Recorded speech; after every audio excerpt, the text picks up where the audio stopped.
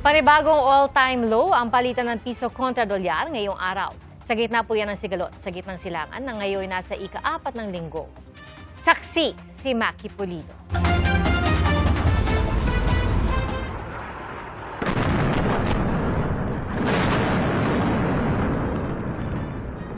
Dumagundong ang malakas na pagsabog sa tulay na ito sa southern Lebanon dahil sa airstrike ng Israel. Iniutos sa Israeli military na wasakin ang mga tulay sa Litani River sa Lebanon bilang bahagi ng operasyon laban sa grupong Hezbollah na kaalyado ng Iran. Patuloy ang palitan ng airstrike ng Israel at Iran na ngayon nasa ika-4 na linggo na. Sa gitna nito, lalo pang bumulusok ang halaga ng piso kontra dolyar.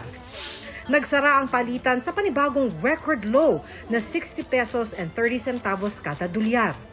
Paliwanag ng isang ekonomista, resulta ito ng patuloy na pressure sa Philippine peso dahil malaki ang demand sa US dollars na pambili ng nagmamahal na petrolyo sa world market. Palagay ko hindi na yan bababa pa sa katulad ng dati na nasa 57, 58. Malaki ang demand natin sa dolyar kasi kailangan natin bumili ng petrolyo sa mas mataas na presyo.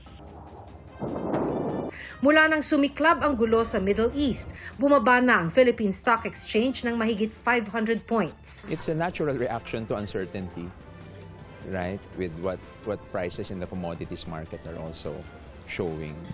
So maybe it's really a knee-jerk reaction.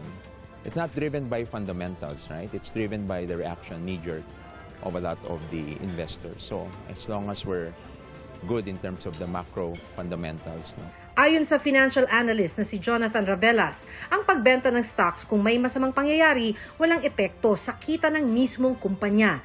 Mas aalalahanin daw ng mga negosyo, halimbawa, ang pagmahal ng transportasyon at kuryente na epekto ng giyera sa ekonomiya. Walang effect sa kanila yon.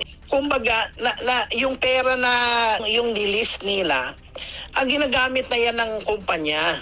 Nakuha na nila yung pera na yan. Yung binibenta lang is the ownership na merong.